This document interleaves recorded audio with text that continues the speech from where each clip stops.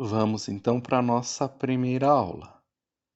Nós vamos começar com os elementos básicos da música que a gente usa para escrever a música. Quando a gente vai escrever um texto, a gente usa uma folha, um papel pautado com as linhas onde a gente escreve o texto. Assim é para a música.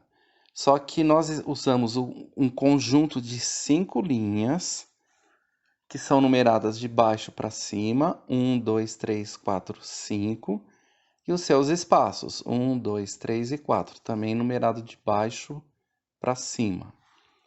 E é nesse conjunto de 5 linhas e 4 espaços que a gente grafa os sinais, as figuras musicais.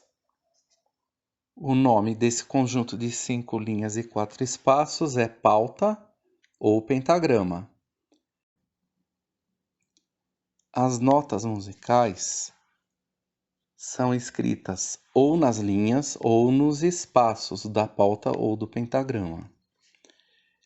E quando a gente tem uma sequência de notas escritas, uma após a outra, em ordem ascendente, de baixo para cima, quando são escritas, né, de baixo para cima no pentagrama, a gente tem um movimento ascendente, ou seja, vai de um som grave para um som agudo.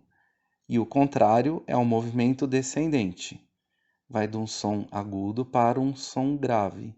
E elas vão se sucedendo, uma na linha, a próxima no espaço, a próxima na linha e assim por diante.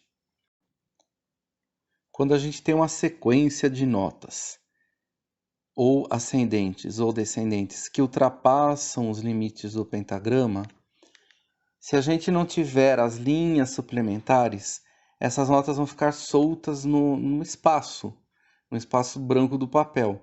E a gente não vai ter uma referência para saber de que nota se trata aquela figura desenhada ali no papel. Então, para isso, existem as linhas suplementares, que são pedacinhos de linha, escritas na mesma distância das linhas do próprio pentagrama, e você desenha tantas linhas suplementares quantas forem necessárias para você escrever as notas que estão fora do espaço do pentagrama.